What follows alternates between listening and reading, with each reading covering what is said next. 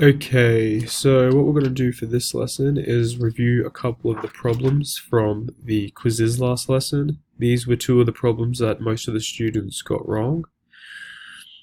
So first off, it's 6 minus 1/4. So for 6 minus 1/4, I would start off by trying to convert the 1/4 into a actual whole number. So it will convert into 0.25. So now we know that we can do 6 minus 0.25, which gives us the answer of 5.75. So that one's pretty simple. For the next one, we're going to go blank times 15 for the next problem equals 360. So what we want to do here is just a little bit of trial and error.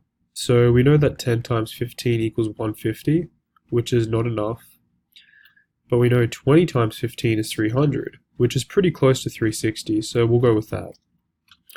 So we have 60 left over. So we'll go 60 divided by 15, which equals 4. And then we can add our 20 from multiplying it by 15 for 300, and add our 4 that we got from using the remainder 60 divided by 15, which gives us our answer of 24.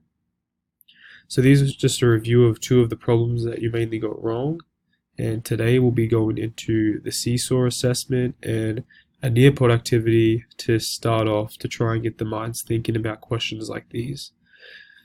Thank you.